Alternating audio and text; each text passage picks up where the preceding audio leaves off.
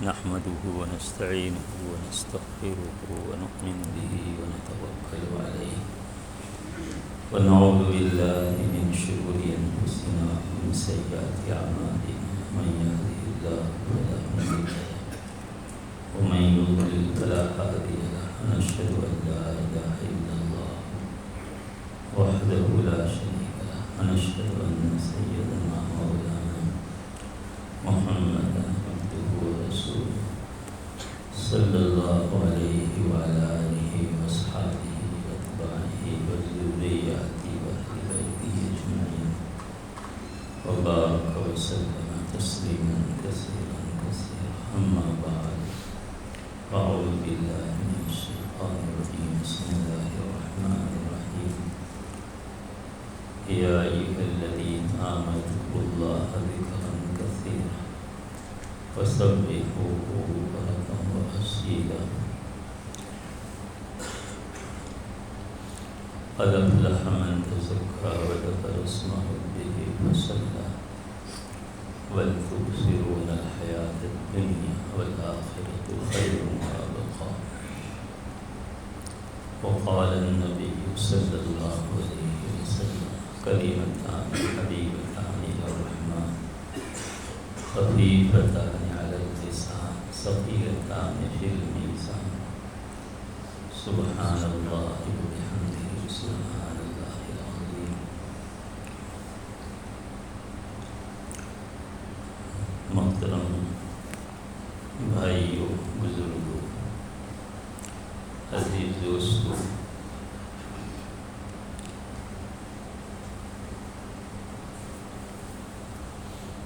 کچھ باتیں جو اس وقت ذہن میں عرض کرنا چاہتے ہیں، اللہ کرے وہ ترتیب سے ذکر کر دی جائیں اور میرے لیے، آپ بھائیوں کے لیے نافع فائدہ.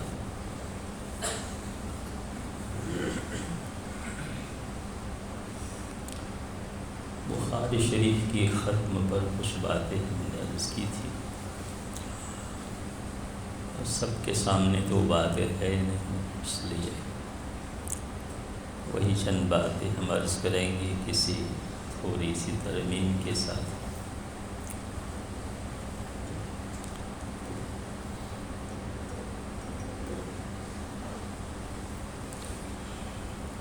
یہ آیات اور روایت جو پیش کی گئی ہے، اس میں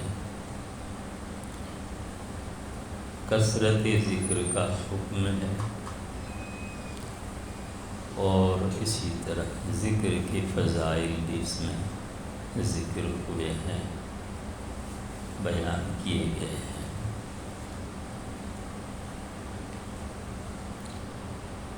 اس سے دو باتیں معلوم ہوتی ہیں.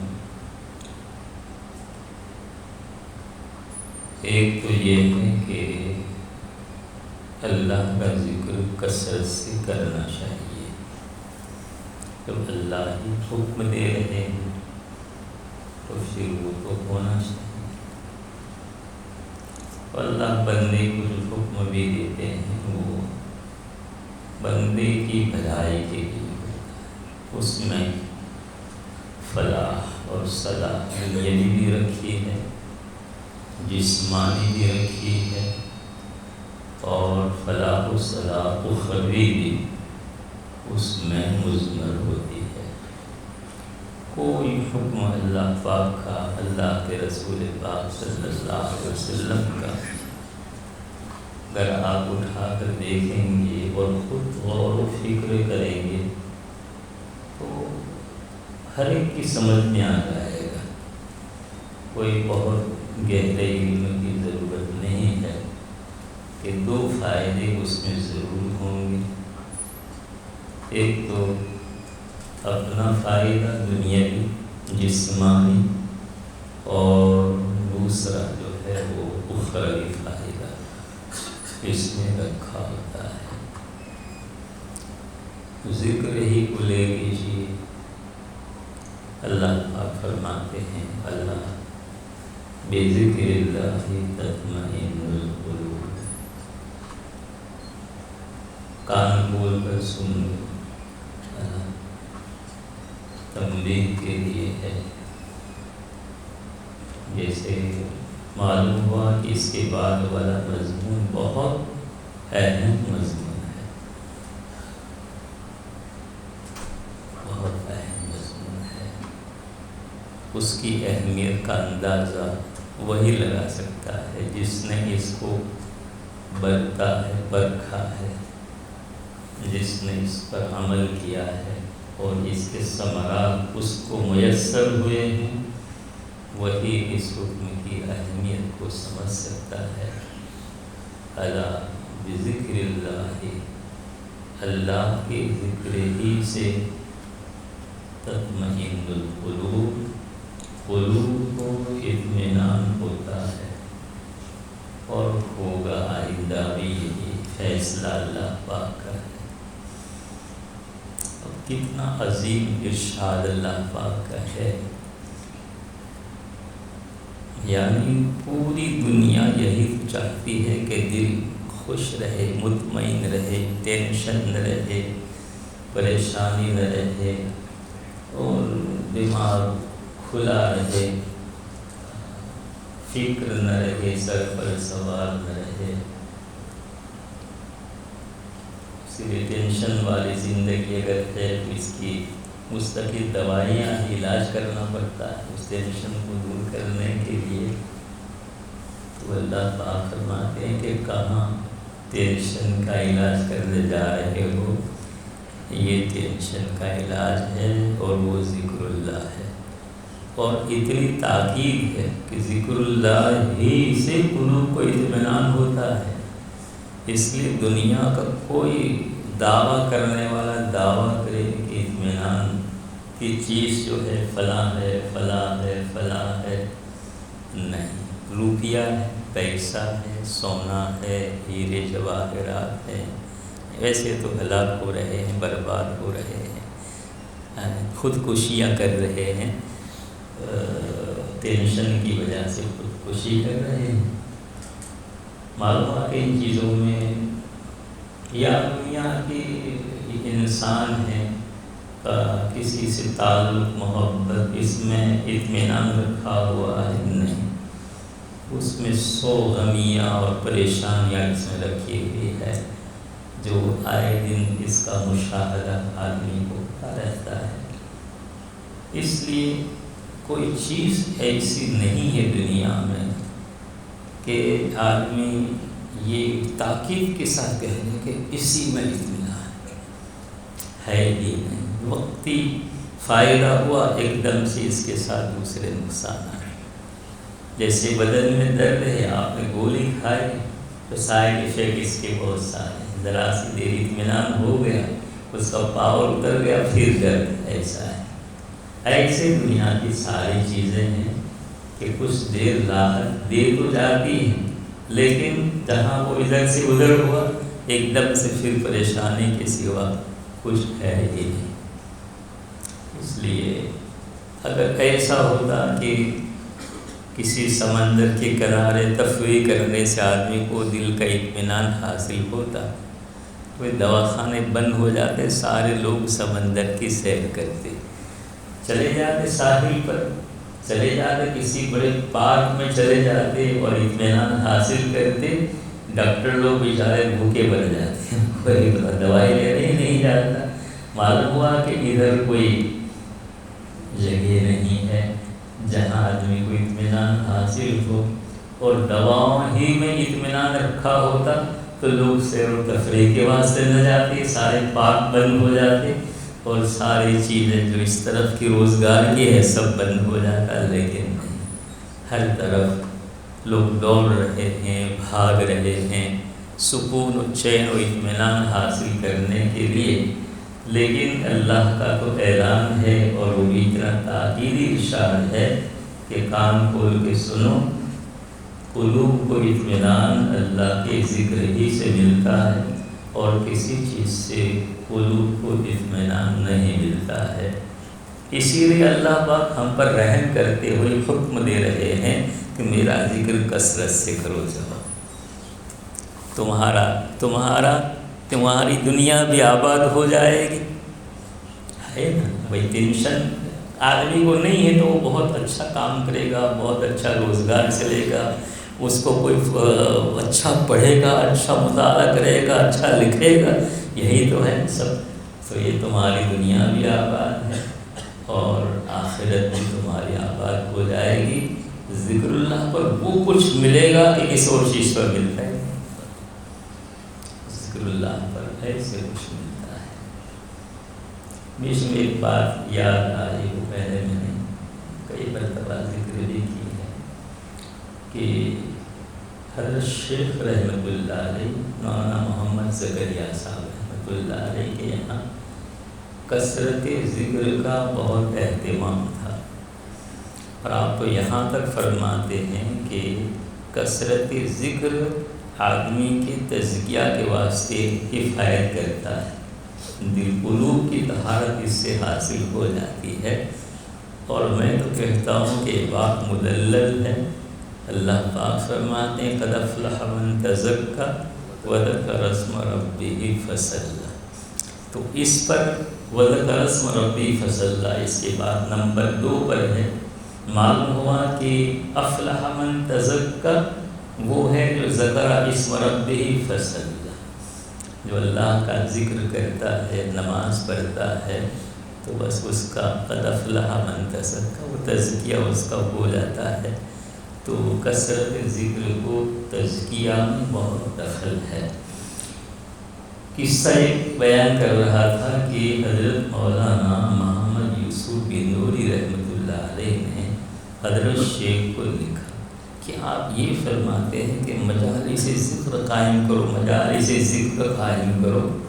تو ہمارے مدرسے میں تو اتنے درجات حفظ ہیں اور 24 گھنٹہ قرآن کی تلاوت ہوتی رہتی ہے، اور افضل الذکر تو کیا ہے؟ کلام پاک کی تلاوت ہے. تو پھر ذکر کے حلقے مجلسیں قائم کرنے کی ضرورت کیا ہے؟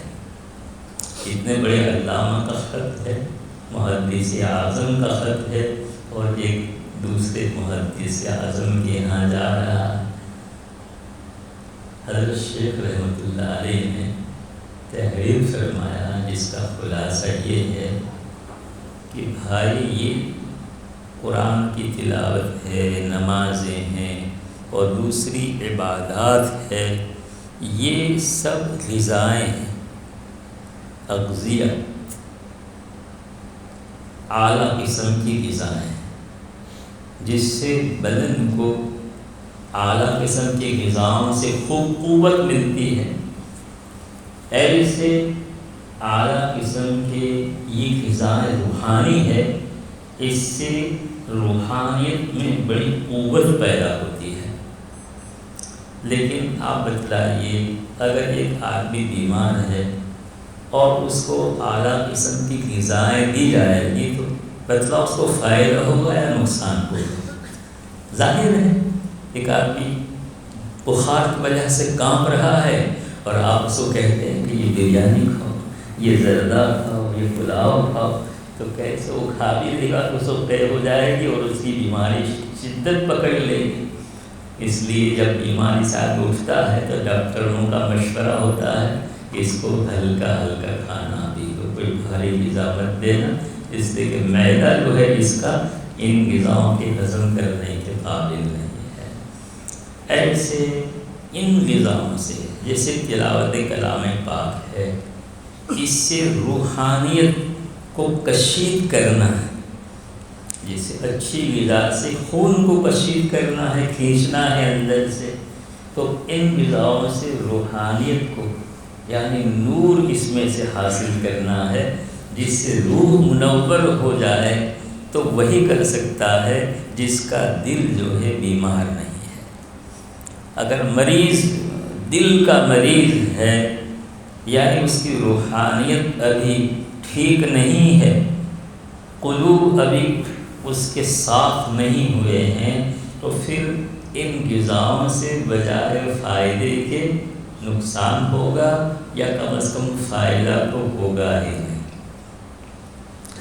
اس لیے یہ اذکار جو ہیں، اور اس سے ایک بات اور اندر سے نکلتی ہے، اذکار کی شرعی حیثیت معلوم ہوتی ہے.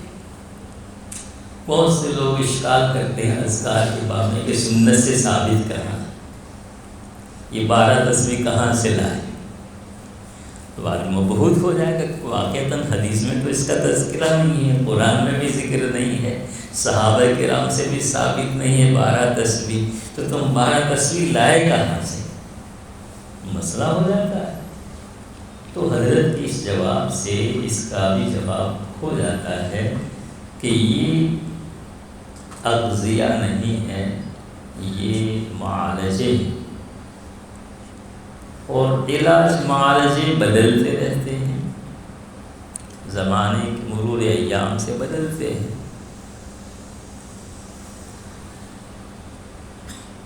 جیسے پہلے ڈاکٹر جو تھے وہ دوائی سے علاج کرتے تھے، اب چیر پھاڑ کے علاج کر رہے ہیں، آپریشن آ گیا ہے۔ پہلے دوائی پلاتے تھے، اب انجیکشن سے دوائی بدن میں داخل کرتے ہیں، اب گلوکوز کی بوتل چڑھا دیتے ہیں قوت کے لیے، ہے نہیں؟ تو نہیں کوئی کہہ سکتا کہ کہاں سے لائے۔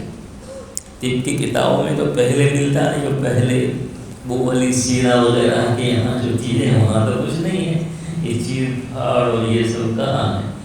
تاکہ بھائی زمانہ بدلتا ہے، علاج بدلتا ہے، لوگوں کی بیماریاں بدلتی ہے، حسب ضرورت اللہ پاک وہ علاج معالجے انسانوں کے دماغ میں ڈال دیتے ہیں۔ ایسے روحانی امراض جو ہیں اس کے بھی علاج معالجے اللہ پاک اس لائن کے ڈاکٹروں کے دل دماغ میں ڈالتے ہیں اور اس کا معالجہ کرتے ہیں، علاج کرتے ہیں۔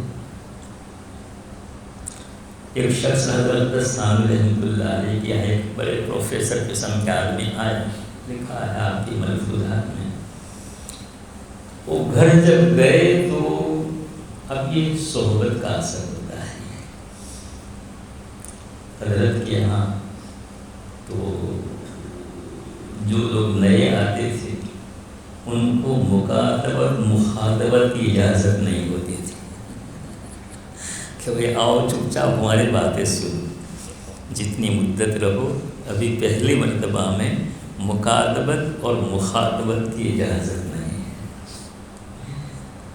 چنانچہ تیسرا قصہ ہے، بہت بڑا علامہ آئے آپ کی خدمت میں، حضرت نے حکم دے دیا کہ تم رہ سکتے ہو لیکن مکاتبت مخاطبت کی اجازت نہیں ہے۔ کہا ٹھیک۔ وہ مجلس میں بیٹھے ہوئے تھے، اب چند علماء بھی دوسرے بھی تھے، حضرت ثانوی رحمۃ اللہ علیہ کسی مسئلے میں ان سے کچھ بات کر رہے تھے، بحث ہو رہی تھی، وہ لوگ اپنا جواب دے رہے تھے، حضرت کچھ کہہ رہے تھے، وہ لوگ کچھ کہہ رہے تھے، اتنے وہ جو علامہ سب آئے تھے وہ بھی بول پڑے۔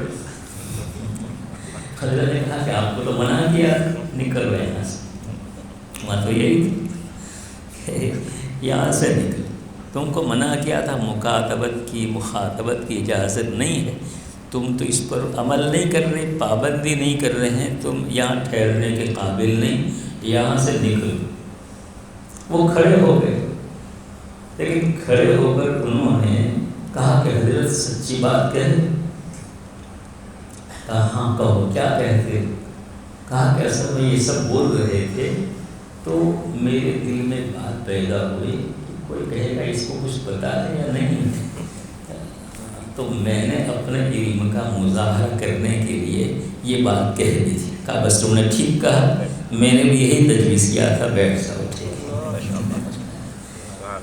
اصلاح مقصود ہوتی ہے نا، اسے نفسانے تھوڑے نکالو بگاؤ نہیں، وہ تو چاہتے ہیں کہ کسی طرح ان کو اپنے مرض پر اطلاع ہو جائے، اور وہ بولنے سے، پوچھتے پانچتے رہنے سے ایک ہی بار پہلی مرتبہ میں یہ بات بحث ہو جائے گی، بحث چھڑ جائے گی۔ اس لیے پہلے حضرت کی باتیں آپ سنیں، اور سننے کے بعد جب جانے لگو کچھ کہنا ہو، الگ بات ہے گھر جا کر پھر کچھ کہو۔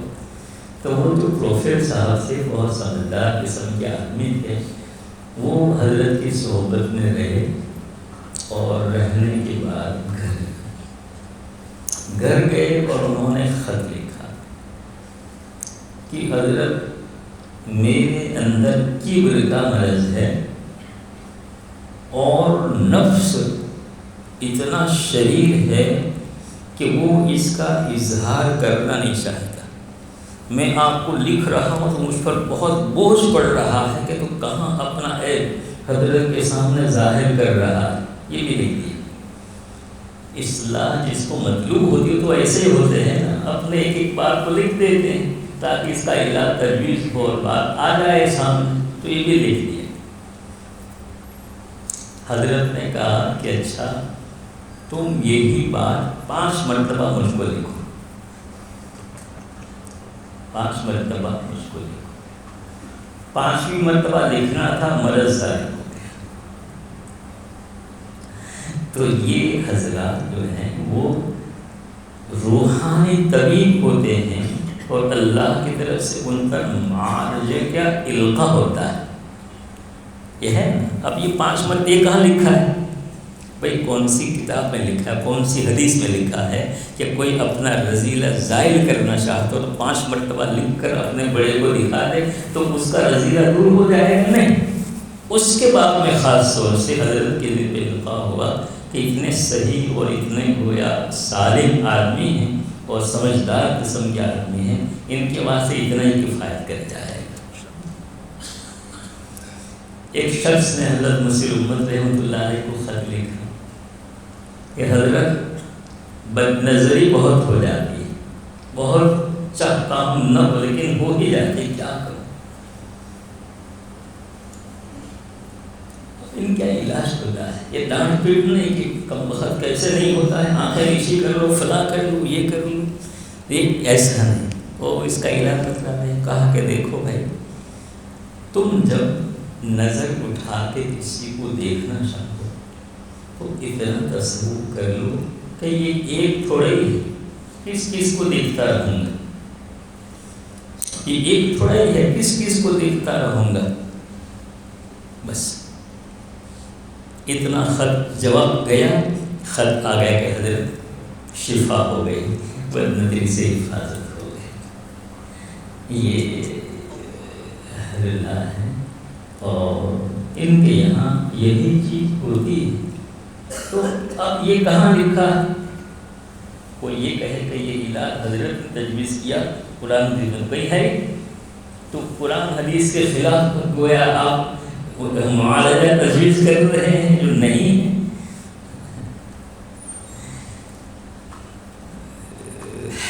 اگر کوئی چیز ہے نا اس کی تو دلیل چاہیے، نہیں ہے کہ کیا دلیل ہوگی؟ نہیں ہے، اس کی تو دلیل ہی کیا ہے؟ اس کی دلیل تو یہ ہے کہ اس سے فائدہ ہو رہا ہے، یہ اس کی دلیل ہے۔ تو حضرت نے لکھا مولانا بندوری رحمۃ اللہ علیہ کو کہ ساری اقضیاء ہیں، یعنی کتاب و سنت سے ثابت چیزیں جو ہیں، نماز ہے، روزہ ہے، صدقہ ہے، تلاوت ہے، دوسرے ساری چیزیں ہیں، اعمال ہیں، یہ سب اقضیاء ہیں۔ اور یہ غذائیں جو ہیں وہ بعض بھاری قسم کی بھی ہوتی ہیں، بعض ہلکی قسم کی ہوتی ہے، لیکن نافع اس وقت ہوگی جبکہ اس کا اندرون صلاحیت رکھتا ہو، اس میں سے نورانیت کی کشش کرنے کا، اس میں سے پاور لینے کا اگر اس میں سلیقہ ہے تو نفع دے گی۔ اس لیے صوفیہ کرام یہ ذکر و اذکار کراتے ہیں، اس لیے اس کی تم دلیل طلب کرنے جاؤ گے کتاب اللہ سے، سنت رسول اللہ صلی اللہ علیہ وسلم سے، تو اس کی دلیل نہیں ملے گی، اس لیے کہ بدلتے حالات میں علاج معالجے بدلتے ہیں۔ اب ظاہر بات ہے نبی اکرم صلی اللہ علیہ وسلم کی صحبت سے بڑھ کر اور علاج، اس کے بڑا علاج اور کیا ہو سکتا ہے بھائی؟ صحابہ کرام کو جس کو ایک گھڑی اور ایک سیکنڈ کی صحبت ایمان کے ساتھ رسول اکرم صلی اللہ علیہ وسلم کی مل گئی اور ایمان پر اس کا خاتمہ ہو گیا، صحبت مل گئی، دیکھا نہیں ورنہ نابینا صحابہ نہیں ہو سکے گا، اس لیے سے صحبت ملنا یہ مراد ہے۔ مل گئی صحبت، جیسے حجۃ الوداع میں آپ دیکھیے کتنے صحابہ، لاکھ سے زیادہ صحابہ تھے، تو کتنے دور دور لوگ، سب کی ملاقاتیں تھوڑے ہوئی ہیں کہ آپ نے کہا کہ چلو آؤ ملاقات کرو، ملاقات کرو، بہت سے لوگ ہوئے ہوں گے ہاں بہت دور دور رہے ہوں گے لیکن وہ صحابی ہو، صحبت مل گئی آپ صلی اللہ علیہ وسلم کی، ہاں ایک سیکنڈ کی صحبت مل گئی، وہ اتنا پاورفل وہ صحبت ہوا کرتی تھی کہ وہ بعد والے زمانے کے بڑے بڑے غوث قطب اور صدیقین شہداء اور صالحین کا جو مقام ہے اس سے بھی آگے نکل جاتے تھے، صحابی بن جاتے ہیں نا، صحابی سے بڑھ کر کسی کا مقام تھوڑا ہی ہو سکتا ہے نہیں، تو ان لوگوں کو آپ صلی اللہ علیہ وسلم کی صحبت سب کچھ تھی، اور اس کے آگے کسی چیز کی ضرورت وہ عبادات بہت کرتے تھے، مجاہدات بہت کرتے تھے، وہ تو الگ چیز ہے، لیکن ان کو ایسے ذکر و اذکار کی ضرورت نہیں تھی جس سے دل میں صلاحیت پیدا ہو، ان کے قلوب میں تو صلاحیت پیدا ہو ہی جاتی تھی، آپ صلی اللہ علیہ وسلم کی ایسے اتنا کنیکشن ذرا سا ملا بس ایک دم سے پاور پہنچ گیا، روشن ایک دم سے۔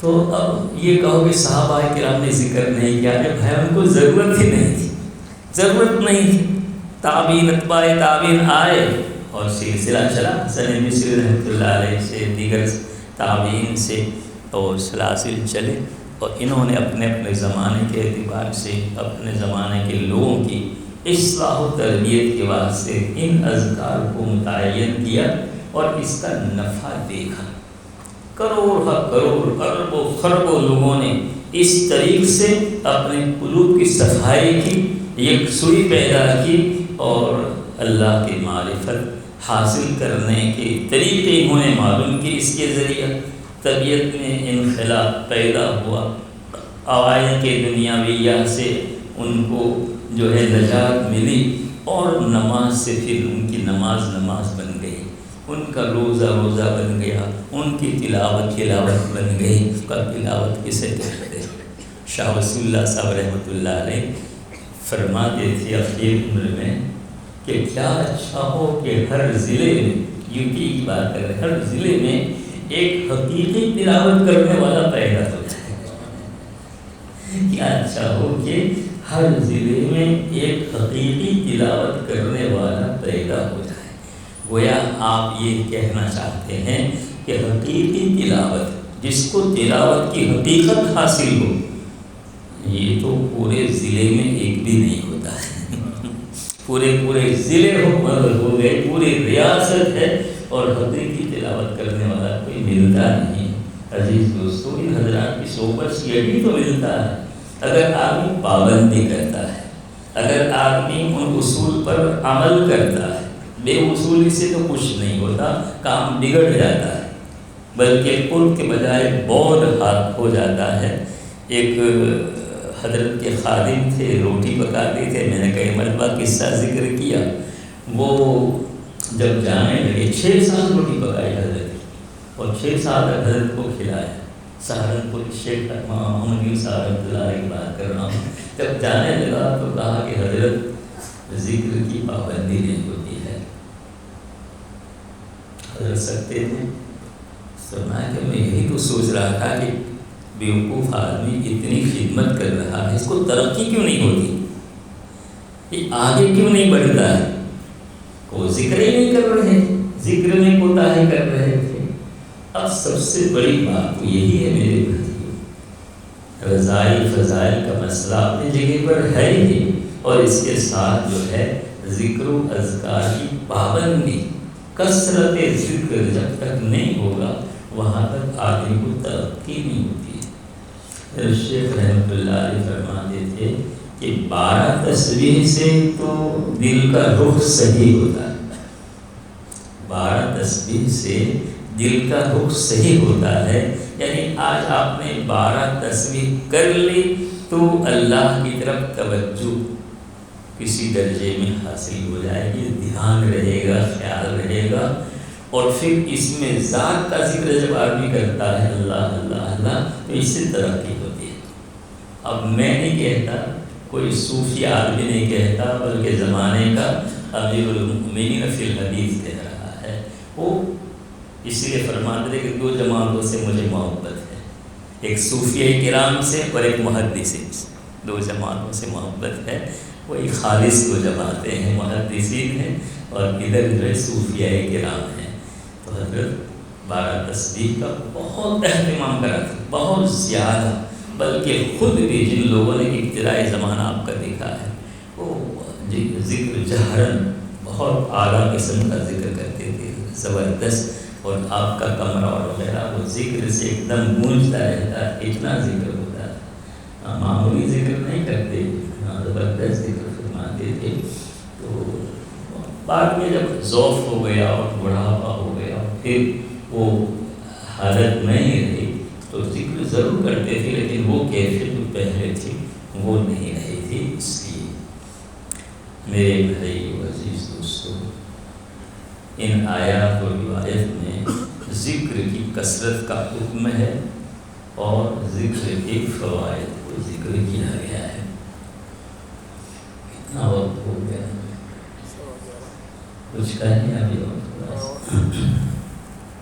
اصل تو یہ بات کو اوپر سے ہو گئی، میں تو یہ کہنا چاہتا تھا کہ یہ روایت جو ہے اس میں سبحان اللہ و بحمدہ، سبحان اللہ العظیم کے عظیم فائدے بیان کیے گئے ہیں، ہے نہیں؟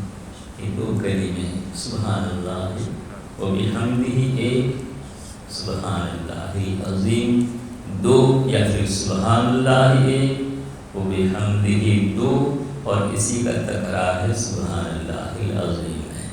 تو یہ 2 کلمے اللہ کو بہت محبوب ہیں اور ثقیل فی المیزان، میزان میں بڑے ثقیل ہیں، اور زبان پر بہت ہلکے پھلکے ہیں۔ یہ ہے 2 کلمے، سبحان اللہ بحمدہ، سبحان اللہ العظیم۔ اللہ کو محبوب ہیں، اسی لیے اس کے تحت لکھا ہے کہ جب کلمے محبوب ہیں تو ان کلمے کا ورد کرنے والا بھی کیا ہوگا؟ اللہ کا محبوب ہوگا۔ حضرت شیخ فرماتے تھے کہ سبحان اللہ بحمدہ سبحان اللہ العظیم جب آدمی پڑھتا ہے تو اللہ کی گویا تنزیہ کرتا ہے اور تحمید کرتا ہے، یعنی اللہ کو نقائص سے بری قرار دیتا ہے اور محامد سے آراستہ قرار دیتا ہے۔ میں اس پر اپنے الفاظ میں تھوڑا سا بات یہ کہتے ہیں کہ اللہ پاک جو ہے کسی کا اپنے یہاں رکھتے ہیں، یعنی اگر آپ 1 روپیہ صدقہ کریں گے تو 1 کا 10 عطا کریں گے، دیتے ہیں 10 دیتے ہیں، 10 گنا دیتے ہیں۔ تو معلوم ہے کہ اللہ پاک کو تو ضرورت نہیں ہے نا، بے نیاز ہے۔ اس لیے بندوں کا جو عمل بندہ کرتا ہے نا، اللہ کے واسطے جو کرتا ہے، اللہ اس کو اپنے پاس رکھ نہیں چھوڑتے کہ چلو اتنا ہو گیا اتنا، اب ہم لوگ چھوڑتے ہیں اتنا 1000 ہو گیا، اتنا 1000 ہو گیا، اتنا، اس لیے کہ ہم محتاج ہیں، ضرورت مند ہیں۔ لیکن اللہ پاک کو جب اس کی بارگاہ میں کوئی چیز پیش کرتا ہے تو وہ رکھتے نہیں، بلکہ کئی گنا، 10 گنا تو ہے ہی ہے، اور اس سے کئی 700 گنا تک عطا فرماتے ہیں، اور یضاعف لمن یشاء، اس سے بھی کہیں اضافہ فرماتے ہیں۔ تو اللہ پاک چھوڑ دے دیتے ہیں، واپس کر دیتے ہیں۔ اس لیے یہاں یہی ہے کہ جو اللہ کی تنزیہ کرے گا تو اللہ پاک بھی اس کو منزہ کریں گے، اس کو پاک صاف کریں گے، اور جو اللہ کی تحمید کرے گا اور محامد بیان کرے گا تو اللہ پاک بھی اس کو فضائل سے آراستہ کریں گے۔ یہ حضرت شیخ کی بات کا گویا خلاصہ ہو گیا۔ تو وہاں زکریا صاحب رحمۃ اللہ علیہ فرماتے کہ ذکر کی کثرت ہی آدمی کی جو ہے اصلاح نفس کے واسطے کافی ہے، اگر کثرت سے ذکر کرے۔ اس لیے کہ تنزیہ و تحمید تو ہی تو ذکر کی حاصل ہے، اور کیا ہے ذکر؟ اللہ کو نقائص سے آراز کیا ہے اور منزہ قرار دینا، یہ تنزیہ ہے، اور اللہ پاک کو محامد سے آراز قرار دینا، اللہ کی حمد و ثنا کرنا۔ سارے اذکار میں یہی تو 2 باتیں آپ کو ملیں گی۔ کوئی بھی ذکر، کوئی کلمہ، کوئی چیز لے لو، اسے بھی لا الہ الا اللہ محمد الرسول اللہ، لا الہ الا اللہ کیا ہے؟ اللہ کو منزہ دینا شرک سے، شریک سے۔ تو جب بندہ اللہ کو منزہ قرار دے گا تو ہو نہیں سکتا کہ اللہ پاک بندے کی تنزیہ نہ کرے، اس کا تزکیہ نہ کرے۔ اس لیے فرمایا قد افلح من تزکا وذکر اسم ربہ فصلی۔ تزکیہ ہو جائے گا اس کا جو ذکر اس میں رب کرتا ہے اور نماز پڑھتا ہے، اسے تزکیہ ہو جائے گا۔ تو صوفیہ کرام جو ہیں وہ کثرت سے ذکر تجویز کرتے ہیں، تجویز اس لیے کرتے ہیں تاکہ تنزیہ و تقدیس کا فائدہ ہو۔ اور کیسے ہوگا؟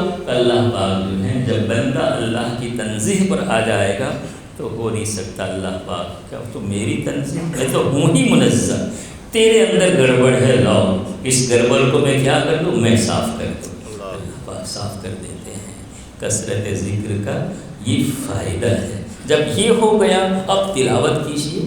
اس لیے بہت سے حضرات ایسے ہیں جو تلاوت خوب کرتے تھے، جب بیٹھ ہوئے تو شیخ نے تلاوت کو چھوڑا دیا کہ اب تلاوت کی اجازت نہیں۔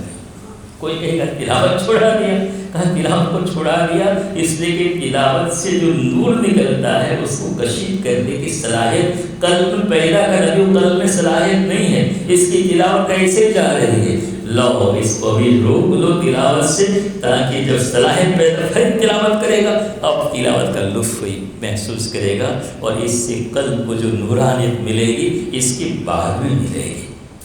میرے بھائیو، عزیز دوستو، ابھی اور کچھ کہنا چاہتا ہوں۔ بات تو اصل یہ ہے کہ ہم ان خاندانوں کا مقصد سمجھیں کہ بھئی یہ کیوں لوگ جمع ہوتے ہیں اور کیوں اس کی کتنی زیادہ اس کا اہتمام کرایا جاتا ہے، اور لوگ کیوں اس پر اتنا خرچ کرتے ہیں، اور کیا صحبت اللہ کی صحبت میں رہو، فلاں کرو، یہ ذکر کرو، وہ ذکر کرو۔ دیکھ بھائی یہ تو حاصل زندگانی ہے، اس کے بغیر آدمی کا ایمان نہیں، اس کے بغیر آدمی کی تلاوت نہیں، اس کے بغیر آدمی کی نماز نہیں۔ اسی سے تو سب حاصل ہوتا ہے۔ جو رنگ بھرتا ہے اس میں رنگ بھرتا ہے، ہاں صبغۃ اللہ ومن احسن من اللہ صبغۃ، ہاں یہ صبغۃ اللہ جو پیدا ہوتا ہے طبیعت رنگین ہو جاتی ہے، اللہ کے رنگ میں رنگ جاتی ہے، محبت کا رنگ چڑھتا ہے، معرفت کا رنگ چڑھتا ہے۔ کوئی حضرات کی رنگین کی صحبت سے رنگ چڑھے گا، کسی رنگین کی صحبت میں رہنا پڑے گا، ہاں تب جا کے رنگ چڑھتا ہے۔ بھائی رنگریز ہوتا ہے نہیں ہوتا ہے، یہ کپڑے رنگے جاتے ہیں نہیں رنگے جاتے ہیں، تو کپڑے کون رنگے گا؟ جو رنگریز ہوگا وہ رنگے گا، جو خود رنگین ہو گیا ہے وہ رنگریز ہو گیا ہے، وہ کپڑے رنگے گا نہیں رنگے گا۔ تو ایسے کسی رنگریز کی صحبت میں آدمی کو نکلنا پڑے گا تاکہ یہ بھی کیا ہو جائے، رنگین ہو جائے، اللہ کی محبت کا رنگ چڑھ جائے، اللہ کی معرفت کا رنگ چڑھ جائے، اللہ کی جو ہے اللہ کی طرف ایک کشش آدمی کو پیدا ہو جائے، اور ہر وقت اللہ پیش نظر رہے۔ ایسا آدمی اپنا بھی بھلا کرے گا اور دنیا کا بھی بھلا کرے گا۔ یہ ساری دنیا سب کو خانقاہ میں بھیج دو، سب جگہ جگہ خانقاہ قائم کرو، تبھی تو دنیا کا بھلا ہوگا۔ جبکہ حقیقی خانقاہ میرے بھائی نام کی نہیں، نام کی آ گئے اور اپنا نام کر لیا کہ ہم فلاں جگہ اتنا دن رہ کر آئے، فلاں جگہ اتنا دن رہ کر آئے، اور ہم تو اتنے سال سے جا رہے ہیں، اور فلاں سے اتنا تعلق ہے، اور فلاں اتنا ہم کو پہچان۔ یہ تو سب ناموری ہے، اس سے تو کچھ ہوتا نہیں ہے، اس سے کچھ ہوتا نہیں ہے۔ اصل تو آدمی اپنے آپ کو مٹا کر کہیں رہے، چاہے کوئی پہچانتا ہو نہ پہچانتا ہو، اپنے کام سے کام رکھے۔ شاہ وسیع اللہ صاحب رحمۃ اللہ علیہ 20 سال حضرت تھانوی رحمۃ اللہ علیہ کی خدمت میں رہے، 20 سال، اور حضرت کی بات میں لکھا ہے کہ حضرت فرماتے تھے کہ مجھے کچھ پتہ نہیں کون آیا کون گیا، اپنے کام سے کام، جنگل میں نکل جاتے تھے ذکر و فکر میں اور رہتے تھے ادھر، ہاں تب جا کے وہ ایسے بن گئے ہیں، ایسے لوگ ہوتے ہیں۔ ایک ہندو گرو کا قصہ لکھا ہے، ایک سن لو۔ وہ ایک آدمی گیا، لڑکا سا، اس کے یہاں ان کے یہاں بھی بیعت ہوتی ہے، ہاں لیکن ہمارے لیے جائز نہیں کہ کوئی ہندو آپ سے بیعت ہونے آیا، آپ نے بیعت کر لیا اور ذکر و اذکار تلقین کر دیا، یہ جائز نہیں۔ بہت سی درگاہوں پر ایسا چلتا ہے کہ فلاں بابا نے فلاں صاحب کو خلافت دے دی اور وہ ہندو ہے، وہ ہندو کیسے ہوگا؟ وجہ اس کی یہ ہے میرے بھائیوں کہ یہ تو اس کے بعد سے مضر ہوگا، اس لیے کہ اس کو ذکر و اذکار آپ نے تلقین کر دیا تو ذکر و اذکار کا فائدہ تو ضرور ہوگا، قلب صاف ہوگا اور کچھ نہ کچھ اس کو محسوس ہوگا اپنے باب میں، تو وہ تو اور غلط فہمی کا شکار ہو جائے گا، کفر پر مضبوط ہو جائے گا، کفر پر مضبوط ہو جائے گا۔ اس طرح تھانوی رحمۃ اللہ علیہ کی خدمت میں ایک شخص آیا اور حضرت سے درخواست کی کہ حضرت میں آپ کی خدمت میں بیعت کی ارادے سے آپ کو ذکر و اذکار تلقین کیجیے۔ حضرت نے کہا اہدنا الصراط المستقیم پڑھتے رہا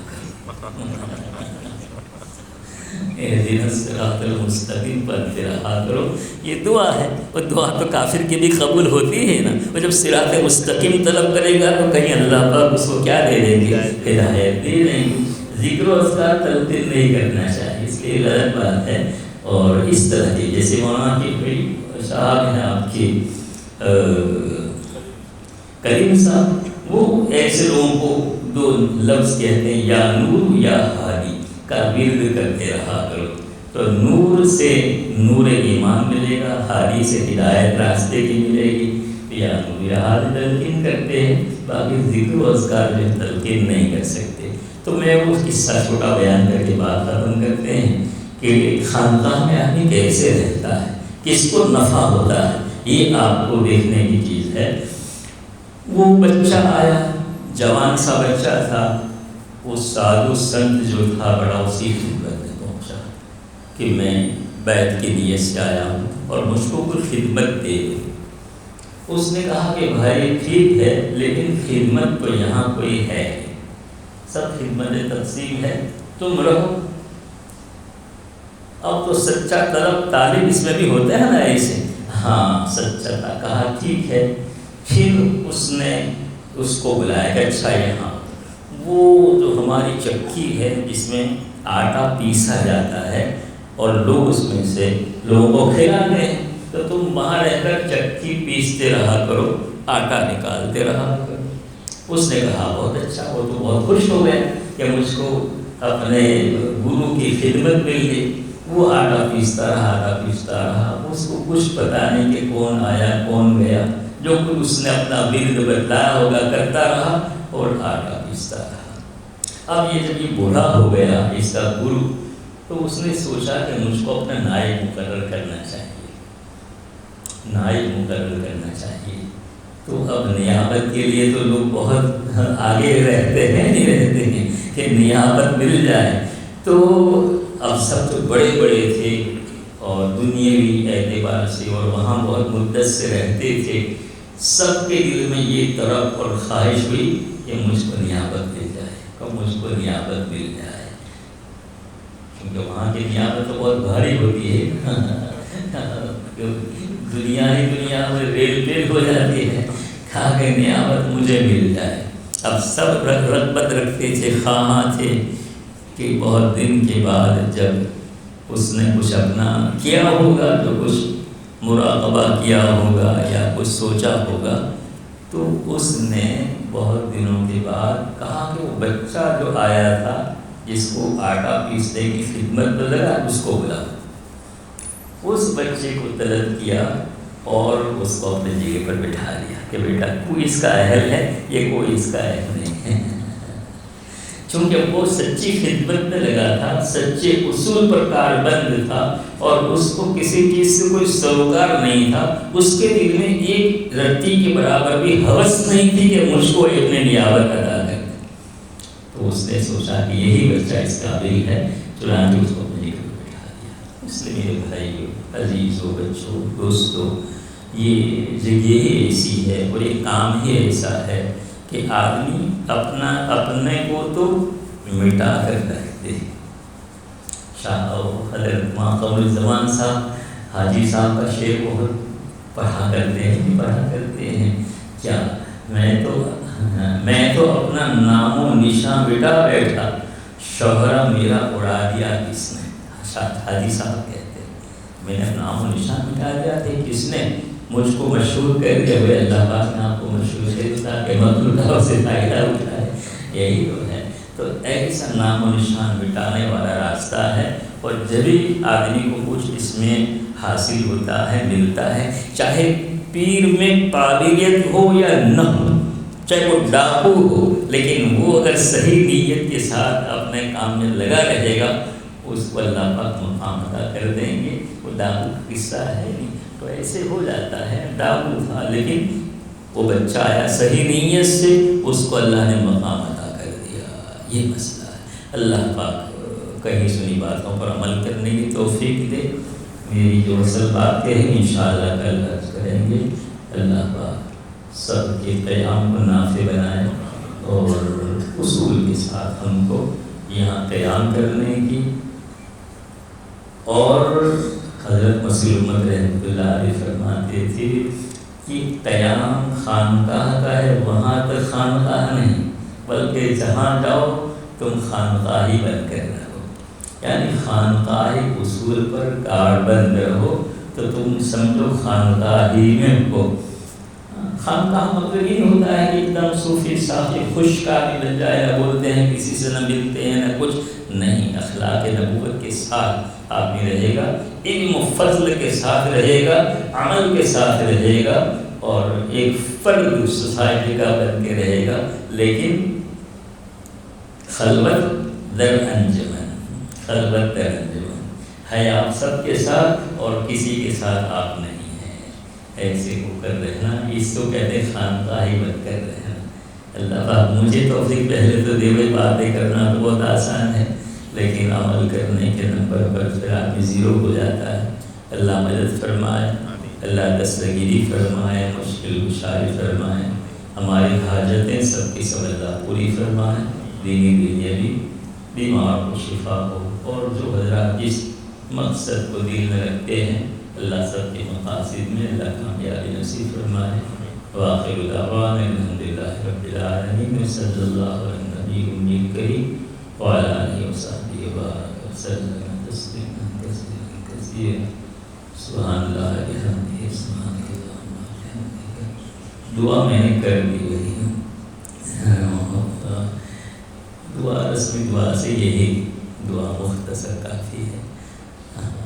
اسی کو دعا سمجھو، اور دعا تو اصل آدمی کی اپنی جو درد کا مارا دکھی آدمی وہ درد کے ساتھ دعا کرتا ہے، اصل دعا تو وہ ہے۔ باقی یہ دعا جو ضروری دعا ہے یہی ہے کہ اللہ سب کے مقاصد میں کامیابی دے، پریشان ہوں کی پریشانیوں کو دور کرے، اور جس مجلس میں جتنے لوگ اپنی اپنی حاجت لیے ہوئے ہیں، دینی دنیاوی اخروی ساری ضرورتوں کا اللہ پاک غیب سے تکفل فرمائے، کئی ساری بات پر عمل کرنے کے اللہ پاک توفیق عطا فرمائے۔ وآخر دعوانا الحمدللہ رب العالمین، وصلی اللہ علی النبی الأمی الکریم وعلی آلہ وصحبہ وبارک وسلم تسلیما کثیرا سبحان اللہ۔